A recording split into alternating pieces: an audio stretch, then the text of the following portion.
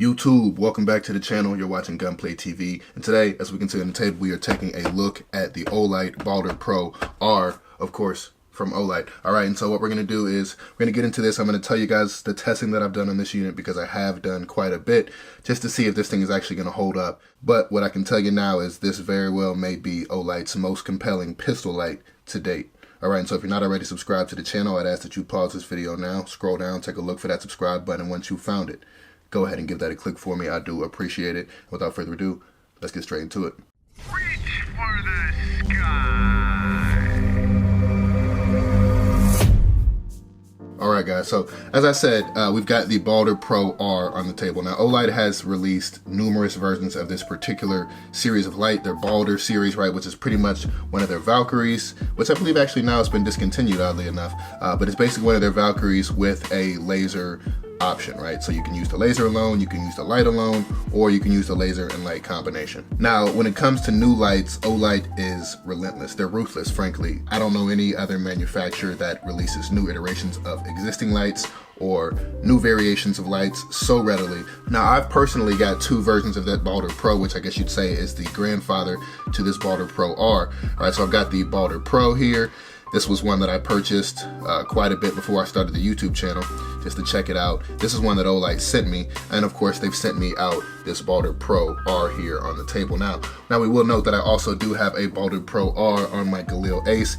Olight sent this out in pretty janky packaging, I'll keep it real with you guys, and it was pretty much just a test unit. They call it a prototype unit. When it arrived, I ran the testing on it. I did 500 rounds through this particular light. Okay, so we'll get into that here in a bit, but let's go ahead and break this thing open. As we see on the box, right, it's got a max lumen output of 1350 lumens, so pretty good. But as we know, lumens are not the only name in the game.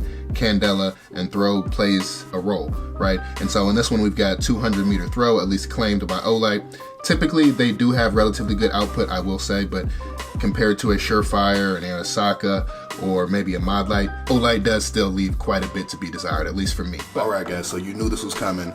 Of course, with Thanksgiving approaching, shortly thereafter is going to be Black Friday, the biggest shopping day, frankly, here in America. And of course, Olight wasn't going to let that slip without doing yet another flash sale. So I'm sure you know where we're going with this. The headline product for this particular flash sale will be that new Baldr Pro R. And of course, Olight's going to release a litany of other products at a reduced price. Now, of course, if you do miss this Black Friday flash sale, you can always use the code to save 10% on any and all Olights. But as you know, if you've done anything with Olight in the past, or this isn't your first video on Olight flash sales, you'll know that you get significant savings during that flash sale window. Now, this time around, if you purchase anything over the cost of $0, so anything at all, you will get a free IR2 Pro keychain light. So this is going to be their new version. I've used their older version for quite a while, had it on my keychain for over a year now. It's rechargeable, which I do like. This one actually is going to be using USB-C versus micro USB, so a bit of an upgrade there. Now, they are also throwing in these Olight O bulbs as one of the promotional products. Now, I personally have not used one of these up until this point, but they are pretty cool to add a degree of ambient light to your room, or if you're camping, maybe they're in the tent and you get a bit of ambient light there. So always something nice to have. And so once more, right, if you're interested in any of the products that you've seen on screen today, from the new Baldr to maybe an O bulb, make sure that you use the link in the description to access that flash sale. Now, of course, if for whatever reason you missed that opportunity, you can always use the code Gunplay10 to save 10% on any and all Olights. And of course, that does help support the channel. So thank you for that. But as I said in the introduction, this very well might be their most compelling pistol light, and I'll get into why I say that as we unbox this. All right, so sliding it out the box right there, of course, you do get your Olight Baldr Pro R with, of course, a momentary press for steady or constant on, and a continuous press for momentary, if you will. And we will pop this open here. We've got a Olight proprietary charging cable. Now, this is one of the new additions, you'd say, with this particular iteration of Baldr Pro, right? We've got a few of the other ones here, as I mentioned. And as we can see, the others used a removable battery system. Now, personally, when it comes to Olight, I like this a lot more. And that's some of the feedback that I've given Olight previously. I wish they would do away with these proprietary chargers. It sounds good in theory. It's wireless. I will say it's convenient, but it's not quite an industry standard. This is going to present issues if you do have a tape switch from Surefire or otherwise, and maybe you want to somehow hook it up to your Olight. You can't do that. And if Olight really wants to be competitive in the weapon light market, I frankly think that they need to consider that type of integration more readily. Neither here nor there, right? What you do get is one of the Olight standard Picatinny clamps or Picatinny mounts. I will say during my testing, I had 0 issues with that mount. So pretty happy about that, right? I'm sure Olight sent this out expecting that I would run it on a pistol, and I did. I ran it on my 9mm Sig Sauer P320. I also ran it on my 9mm PCC, pistol caliber carbine, right? Got a little bit of video of that. And primarily, I ran it on my Galil Ace, which is technically a pistol, so didn't break any rules there. But I figured, hey, let's put it on something that has a lot more harsh recoil. Let's see if that mount holds up. Let's see how it does with the heat, because this Galil Ace gets really hot. All right, but again, no issues whatsoever with the mount. I'm happy to say that. So while we're still talking mounts, in the box you do also receive a small baggie with a 1913 Picatinny lug that can be removed, of course, with the included Allen key there in the bag. Olight typically sends these out, the retail units, of course, with the Glock Picatinny lug already pre-installed. As we know, that's slightly different sizing than it is on the standard 1913 rail. So if you do have a traditional firearm that's not a Glock, you can swap that out. I'm not sure why they come with the Glock pre-installed, but I guess they're going for mass adoption, right? Most people do carry a Glock, if we're being frank. Now, flipping the light over, right, we're gonna focus on the new. We already mentioned that we've got this magnetic tail switch, right? Pretty nice, pretty nice. But what they've done that's a bit different compared to some of the existing Baldr Pros is that they've removed that laser module from the bottom, right? We can see here that on the original, it protruded quite a bit out the bottom. Now, it wasn't nearly as long of a light. Frankly, I prefer a light that's slightly longer, but it wasn't nearly as long. However, it did have this giant protrusion here on the bottom. Now, they've removed that, and they've also gone so far as to update the way that you actuate that laser or light control, right? Previously, it was an exposed switch. Not necessarily the most reliable option. You could easily bump that up against something and cause it to switch modes on you. What they've done here on the new one is they've got an adjustable ring, okay? Now, to me, this is something that I'm happy to see Olight move to. That switch on the bottom was just a bit problematic. This does feel like it's got pretty good and defined detents. I don't think that this is gonna work its way loose on its own. I briefly put this on a 5.56 AR just to see if maybe that muzzle blast, if I put this right up against the rail, would cause something like this to rotate. I did not have that issue, but as I said, the primary testing was done on that Galil Ace, and we can see that I have something of a flash can or forwarding device there on the front. So not a whole lot of carbon buildup on these particular units. However, I can say that, yeah, that detent is pretty defined. I don't think that that's gonna be something that's gonna switch on you inadvertently. One thing I will say is when it's mounted on your firearm, I do wish that they had placed these labels or these options here further to the side there. That way when you're holding your firearm kind of to the side, you can easily see what you're doing. You don't have to flip the whole thing over and deal with it on the bottom. Not a huge deal, but if I'm being honest, I wish that they'd make that change. And of course, when it comes to operation, this is something that's in keeping with the previous Olight Baldr designs.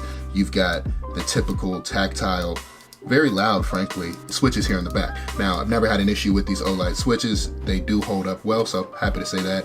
They're not quite my favorite, though. I do like something like we have here on the Surefire, where you can flick it down, flick it up, or you can press it in for a momentary. Of course, this works, no big deal, right? Now, of course, we've got to get into specs, right? We know Olight does not have a removable battery in this unit, and they do have their own kind of thermal regulation system. And so what that typically means is, well, you get different outputs depending on how long you've used the light and depending on whether or not you've got that laser actuated, which is of course expected. So to start it off for specifications with the beam off, right? Of course, this is a green laser.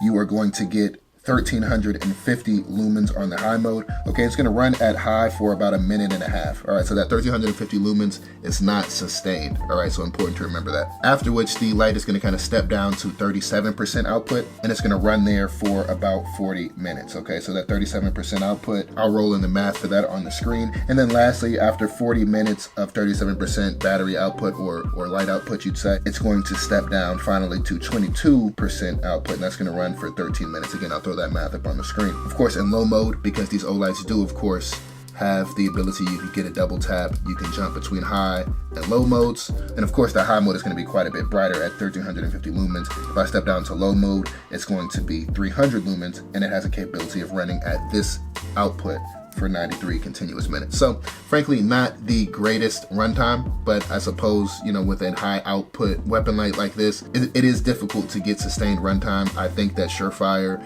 and some of the other competitors will get you a little bit better out the box, but for the price, these Olights are really hard to beat. It is what it is, right? If you're not going to war and you don't plan on beating the shit out of your gun, maybe something like this is worth considering, but I'll leave that up to you. Now, of course, if I actuate that green beam on and I run that with the light, it's going to come on again at 1350 lumens, and that'll be the high mode, and it'll run there for about a minute and a half. So not a huge difference between the regular mode without the beam on and with the beam on, so long as you're using that white light together. It's gonna then step down, as we said before, to 37%, and it's gonna run there for 38 minutes. So 2 minutes less than it would if we didn't have the laser on. Again, not a huge appreciable difference if you decide to run the laser full time with the white light. And then lastly, as we mentioned before, it's gonna step down to 22% for an additional 10 minutes. So again, a 3-minute loss versus not running the green laser with the white light.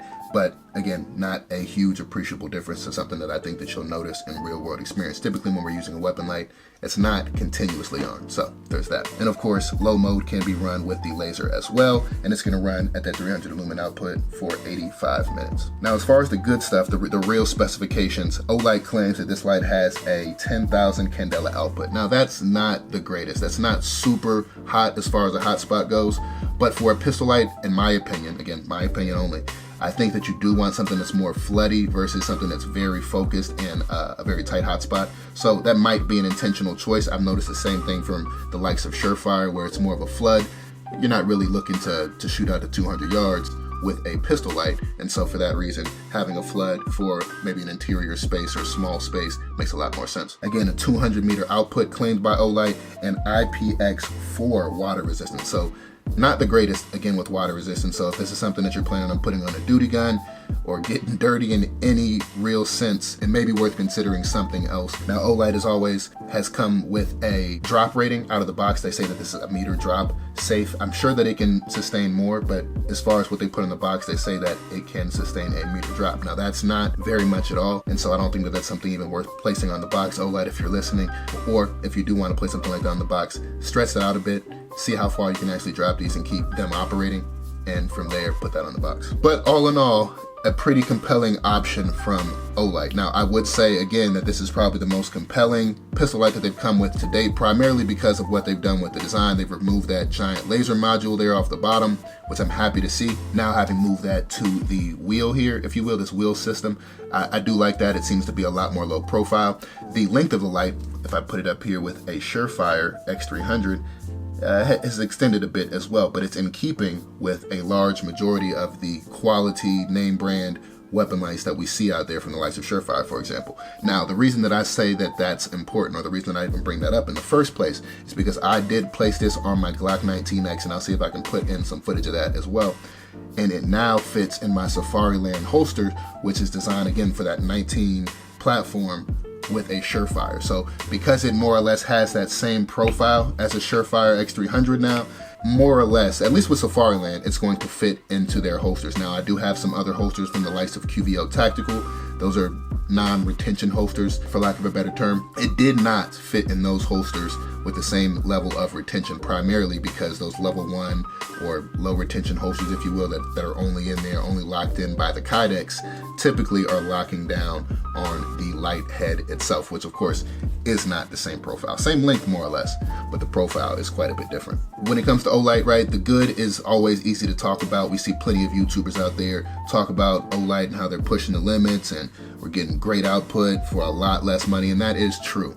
But what I would like to see Olight do is quite a few things, right? And that's not try to buck so many of the industry trends. For one, we've got to get rid of this magnetic tail switch. You guys go down in the comments and let me know what you guys think about that. Maybe you disagree. They do say that it only takes about an hour and a half to charge to a full battery now. That's great. But for me, I prefer the ability to pop this open and hot swap batteries.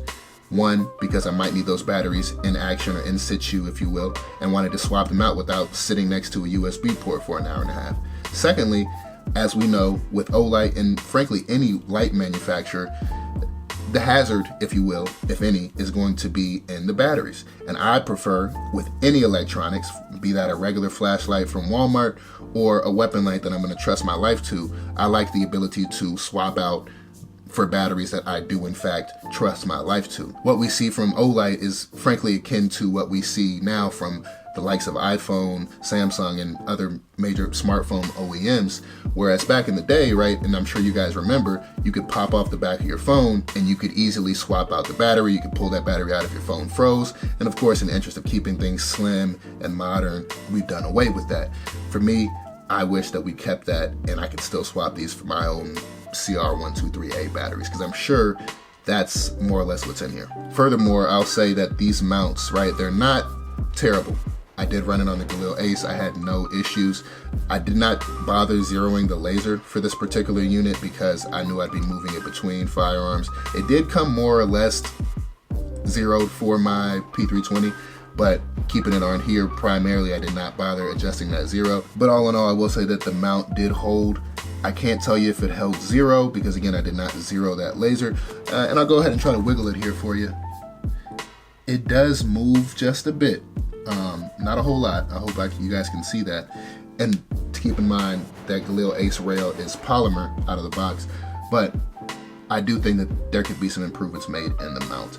The switches, that's fine. Each manufacturer tends to go with their own style of switch, and I don't think that this is a bad one, but I would like to see that mount upgraded, and I'd like to see this charging system removed entirely. And if you really want to throw rechargeables in the box, give us an external battery charger with removable rechargeable batteries. It's simple enough to do. It might make the price go up a little bit more, but I think that it will do a lot for people who want that type of versatility out of their light. And of course, you know, I say this about every Olight, but I do not like this finish. It's glossy, it's kind of a satin finish, but when you put it up to something that has kind of a flat anodizing, like an actual firearm or maybe a Surefire or one of these competitor lights, they're never this kind of glossy black. And I don't know if this is a paint or an anodizing. Either way, I'd like to see them go with something a little duller, something a little bit more purpose driven, if you will. This seems to be a little bit too pretty for me, if you will. But neither here nor there. Let me know what you guys think about this Olight. Of course, this Baldr Pro R being their new offering. As I said, I think it's their most compelling one to date, but if you guys disagree, go down in the comments and let me know. I hope you guys did enjoy some of that shooting footage. I didn't want to bore you guys with the full 500 round burn down. Of course, this is not Sage Dynamics, so I don't want to kind of step on that lane, but I did want to see if this unit would hold up to the extended amount of heat that comes out of something like a Galil Ace. And of course, I did try it out on some other platforms, but all in all, a pretty good unit, and I'm happy to see that now it'll fit into Safariland holsters, at least for the time being. So with all that out of the way, I'm gonna go ahead and get up out of here. Let me know if there's anything else you guys would like to see down in the comments below. And while you're down there, go ahead and leave a like. And if somehow you haven't already, please go ahead and hit that subscribe button. As I said before, I do appreciate it. Without further ado, I'm gone.